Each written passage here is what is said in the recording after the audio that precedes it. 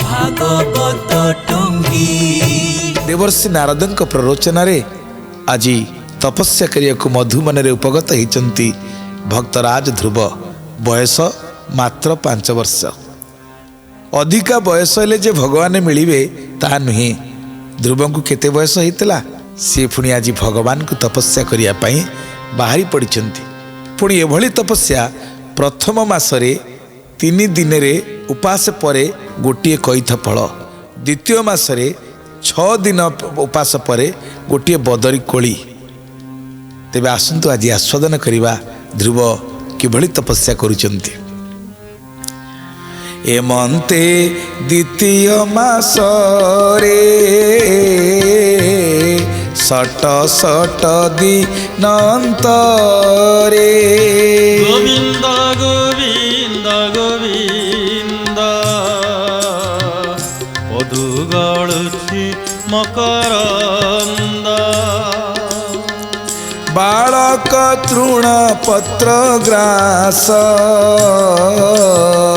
करु संपूर्ण हेला मास। गोविंद गोविंद गोविंद पदुगळुछि मकरंद। बोले सच्चिदानंद भगवान की जय। जिए जेते अधिका भोजन करिवो से सेते अधिका शयन भी करिवो। भोजन बढ़ी गले भजन कमी जाए, तेणु भजन बढ़िया को पड़िवो। देवर्षि नारद जमिति ढंगरे कहिथिले आज भक्तराज ध्रुव से साधन करी करी चलीचंती। तिरात्र करी उपवास एक कपित्थ करी ग्रास 3 दिन उपास परे गोटे कईथ फल खाइचंती प्रथम मासरे। पुणी तिरात्र अनशन बदरी फलेक भोजन तापरे 3 दिन अंतर अनशन करी गोटे बरकोली खाइचंती।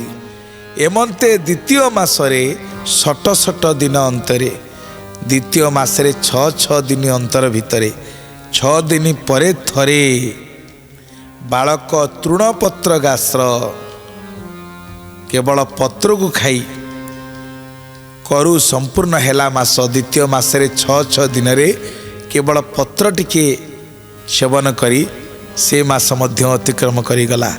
तृतीय मासे 9 दिन अंते करई जलपान 9 दिन अंतरे थरे थरे जलपान कले। चतुर्थ मासे 12 दिने गोविंद बाहु भक्षई कृष्ण ध्याने गोविंद।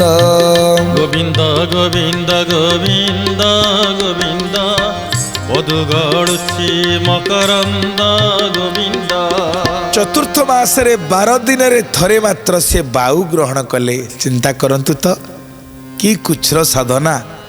जल पवन लगी देह आउ अधिक थिले कुह आमे जल को छाड़ी बंची पारिबा ना पवन को छाड़ी बंची पारिबा। किंतु ध्रुव चतुर्थ मासरे 12 दिन थरे थरे बाहु भक्षण कले, केवल कृष्ण ध्यान निमग्न अच्छा। पंचम मास आसी ही गला।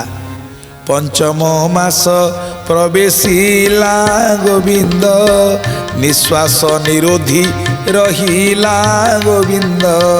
गोविंद गोविंद गोविंद गोविंद पदुगळुछि मकरंद गोविंद। एक पादरे उभा होई गोविंद अंगुष्ठ अग्रे भूमि छुई गोविंद। गोविंद गोविंद गोविंद गोविंद पदुगळुछि मकरंद गोविंद। बोले सच्चिदानंद भगवान की जय। आज का दुनिया रे आमे माने निश्वास प्रश्वास को रखिबा केते कष्टकर। जदि आपण जो माने नदी रे किबा पुष्करणी रे स्नान करुथिबे बुड़िया पाई जदि बुड़ी चंती केते शीघ्र बुड़ी के उठी पड़ुचंती, कारण निश्वास प्रश्वास बंद हो जिवो। किंतु ध्रुव पंचम मास जितले प्रवेश हिला निश्वास निरोधी रहिला। जे केवल चतुर्थ मासरे 12 ଦିନରେ ଥରେ ଥରେ ବାୟୁ ଗ୍ରହଣ କରୁଥିଲେ ସେତକ ମଧ୍ୟ ତ୍ୟାଗ କରିଦେଲେ। ତାହେଲେ ଏ ଶରୀର ରହିବ କେମିତି? ଆମେମାନେ ଯେତେ ଶରୀରଧାରୀ ସମସ୍ତେ ପାଣି ପବନକୁ ନେଇ ବଞ୍ଚିଛେ। ପାଣି ପବନକୁ ଛାଡ଼ିକିରି ଆମର ଗତି ନାହିଁ, ଆମର ମୁକ୍ତି ନାହିଁ। ସେଇଥିପାଇଁ ଭାଗବତରେ କହିଲେ ଜଳ ପବନ ଲାଗି ଦେହ ଆଉ ଅଧିକ ଥିଲେ କୁହ। ତାକୁ ତ୍ୟାଗ କଲେ ବଞ୍ଚିବା ସହଜ ସାଧ୍ୟ। ତେଣୁ ଯେତେବେଳେ ତାକୁ ପଞ୍ଚମ ମାସ ପ୍ରବେଶ ହେଲା, ନିଶ୍ୱାସ ନିରୋଧୀ ରହିଲା। ଏ ନିଶ୍ୱାସକୁ ନିରୋଧ କରିକି ରହିଛନ୍ତି। ପୁଣି ଏକ ପାଦରେ ଉଭା ହେଲା, ଗୋଟିଏ ପାଦ ଟେକି ଦେଇଛନ୍ତି, ଆଉ ଗୋଟିଏ ପାଦ ଭୂମିକି ସ୍ପର୍ଶ କରିଛି। ସେ ପାଦର ପୁଣି ସମ୍ପୂର୍ଣ୍ଣ ପାଦ ନୁହଁ, କେବଳ ଅଙ୍ଗୁଷ୍ଠ ଅଗ୍ରେ ଭୂମି ଛୁଇଁ ପାଦର ବୃଦ୍ଧାଙ୍ଗୁଳିକି କେବଳ ମାଟି ଉପରେ ରଖି ସମ୍ପୂର୍ଣ୍ଣ ଶରୀରକୁ ଉପରକୁ ଟେକି ଧରିଛନ୍ତି। କି କୁଚ୍ଛ୍ର ସାଧନା ଚିନ୍ତା କରନ୍ତୁ ତ। ମନ ପବନ ଏକ କରି ଇନ୍ଦ୍ରିୟ ଚେଷ୍ଟା ପରିହରି। ଗୋବିନ୍ଦ ଗୋବିନ୍ଦ ଗୋବିନ୍ଦ ପଦୁ ଗଳୁଛି ମକରନ୍ଦ। ମହତାଦିକର ଆଧାର ଯେ ପ୍ରଭୁ ପରମ ଈଶ୍ୱର। ଗୋବିନ୍ଦ ଗୋବିନ୍ଦ ଗୋବିନ୍ଦ ପଦୁ ଗଳୁଛି ମକରନ୍ଦ।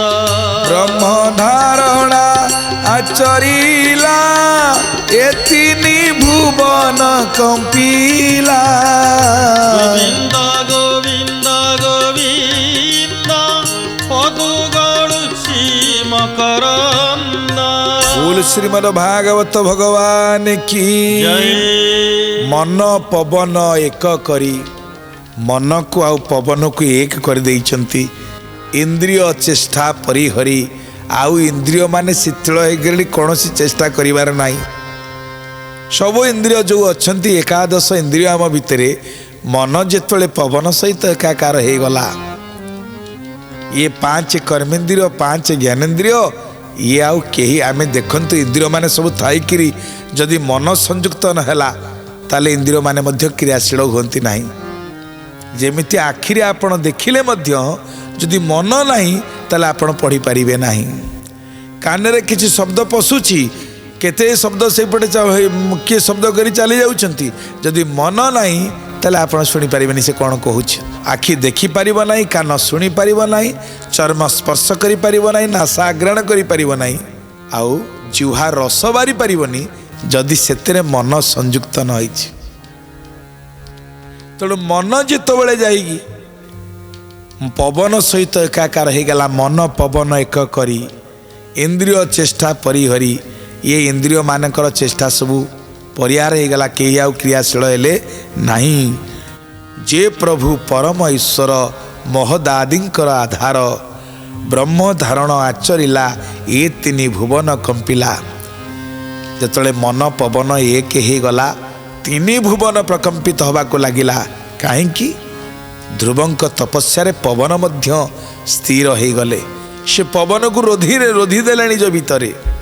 ଧ୍ରୁବ ଅଙ୍ଗୁଷ୍ଠ ଅଗ୍ର ଲାଗି ଗୋବିନ୍ଦ ମଇ ହୋଇଲା ଦୁଃଖ ଭାଗି ଗୋବିନ୍ଦ। ଗୋବିନ୍ଦ ଗୋବିନ୍ଦ ଗୋବିନ୍ଦ ଗୋବିନ୍ଦ ପଦୁ ଗଳୁଛି ମକରନ୍ଦ। ଗୋବିନ୍ଦ ହସ୍ତିର ଭାରେ ନାବ ଜେହ୍ନେ ଗୋବିନ୍ଦ ନିମଗ୍ନ ହୋଇ ଅର୍ଦ୍ଧମାନେ ଗୋବିନ୍ଦ। ଗୋବିନ୍ଦ ଗୋବିନ୍ଦ ଗୋବିନ୍ଦ ଗୋବିନ୍ଦ ପଦୁ ଗଳୁଛି ମକରନ୍ଦ। ଗୋବିନ୍ଦ ବୋଲ ସଚ୍ଚିଦାନନ୍ଦ ଭଗବାନ କି ଜୟ। ଯେମିତି ଗୋଟିଏ ନୌକା ଉପରେ ହାତୀ ଚଢ଼ିଗଲେ ସିଏ ନୌକା ଟଳମଳ ହୁଏ, ଯେତେବେଳେ ହାତୀ ଯୁଆଡ଼କୁ ପାଦ ପକାଇବ ସିଆଡ଼କୁ ସେ ବୁଡ଼ିବ। ସେମିତି ଧ୍ରୁବଙ୍କର ତପସ୍ୟାର ଯେଉଁ ବଳ, ତପବଳ ଠାରୁ ଆଉ ବଡ଼ ବଳ କିଛି ନାହିଁ। ସେ ତପସ୍ୟା ବଳର ପରିଣାମ ସ୍ୱରୂପ ଆଜି ମହି ବଡ଼ ଦୁଃଖିତ ହେଇଗଲେ, ସହିପାରୁନାହାନ୍ତି ମହି। ଯେଉଁ ଧରିତ୍ରୀ, ଯେଉଁ ପୃଥିବୀ ବିଶାଳ ବିଶାଳ ବୃକ୍ଷରାଜିକୁ ଧାରଣ କରିଛନ୍ତି, विशाल विशाल पर्वत को धारण करिसंती किंतु आज गोटे तपस्वीर तेज पाखरे निष्प्रभ हो जाइछंती। ध्रुवंकर जो वृद्धांगुली तार जो भार ताकू आउ पृथ्वी सही पारुना। ध्रुव अंगुष्ठ अग्र लगी मई होइला दुख भागी हस्तिर भारे नाव जेन्हे निमग्न होई अर्ध माने। जेमती हस्ती भाररे जल बुड़ी जाए बा नाव बुड़ी जाए हस्तिर एत ओजन जे नाव बुड़ी जाए सेमिति पृथ्वी रूपी नाव आज बुड़ी जावाक बसिला ध्रुव रूपी तपस्वींकर जो वृद्धांगुलीर चापरे। तापरे कौन हैला अत्यंत दृढ़े करी ध्यान विश्वस्वरूपी भगवान। गोविंद गोविंद गोविंद पदु गळुछि मकरंद। त्रिलोक निश्वासर धने स्वर्गे कंपिले देवगणे। गोविंद गोविंद गोविंद पदु गळुछि मकरंद। विष्णुरे पशिले शरण आरते डाकी नारायण। गोविंद गोविंद गोविंद पदु गळुछि मकरंद। बोल श्रीमद् भागवत भगवान की जेतळे ध्रुव तपस्या बलरे पवन को रोधि देइचंती सेपटे देवता माने बड़ अचल हो गले। निश्वास प्रश्वास समस्त बंद हो गला। गोटे तपस्वी कौन करि पारे? तपस्या बलरे सारा संसार रे आतजात होउतबा जीवन रूपी पवन को मध्य रोधी पारले ध्रुव। 5 वर्षर पिला कि कठोर तपस्या। माँ धरित्री देवी तांकर भारा मध्य सही पारुनांती।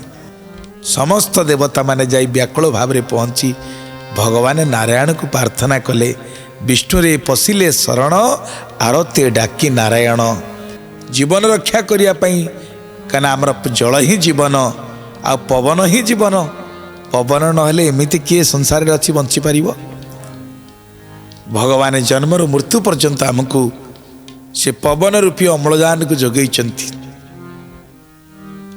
आमे वायुमंडल रु बिना कष्टरे अम्लजान ग्रहण करुचे बोली बंचीचे। जो दिन सेतिकी ग्रहण करिबा नहीं निश्वास प्रश्वास बंद हो जीव चिंता कले पवन जाउची बाहरुची तले जीवा बाहरिबा करूची किए? ता भितरे जणे किए बसिचंती जहाँ को आमे देखि पारुने से पवन को टाणिकी नौचंती पुणी छाड़ुचंती। प्रश्वास वायु रूपरे नौचंती निश्वास रूपरे छाड़ुचंती। से वायु जीवा द्वारा आम भितर केते कार्य चली जहाँ को उत्कलीय सन्थ माने कौन कहती बहु चाली न जानिलो पाद पड़ू थाई बंका। बहु चाली न जानिलो पाद पड़ू थाई बंका। बहु चाली न जानिलो पाद पड़ू थाई बंका। बहु चाली न जानिलो पाद पड़ू थाई बंका। जेउ दिन बहु सड़खी चलिब दिन बहु सड़खी चलिब। जेउ दिन बहु सड़खी चलिब दिन बहु सड़खी चलिब। घरे पड़ी जीव डका। बहु चाली न जानिलो पाद पड़ू थाई बंका। बहु चाली न जानिलो पाद पड़ू थाई बंका। बोल सच्चिदानंद भगवान की। এই ভজনটি आम ओडिया संस्कृतर एक तात्विक भजन। आध्यात्मिक जगत এই भजन पाई अनेक आलोचना पर्यालोचना समालोचना। ये बोहू किए? ये कहा घरर बोहू नुह कि झील नुह। ये कहा पुअर स्त्री नुह कि ससुरर ये बोहू नुह।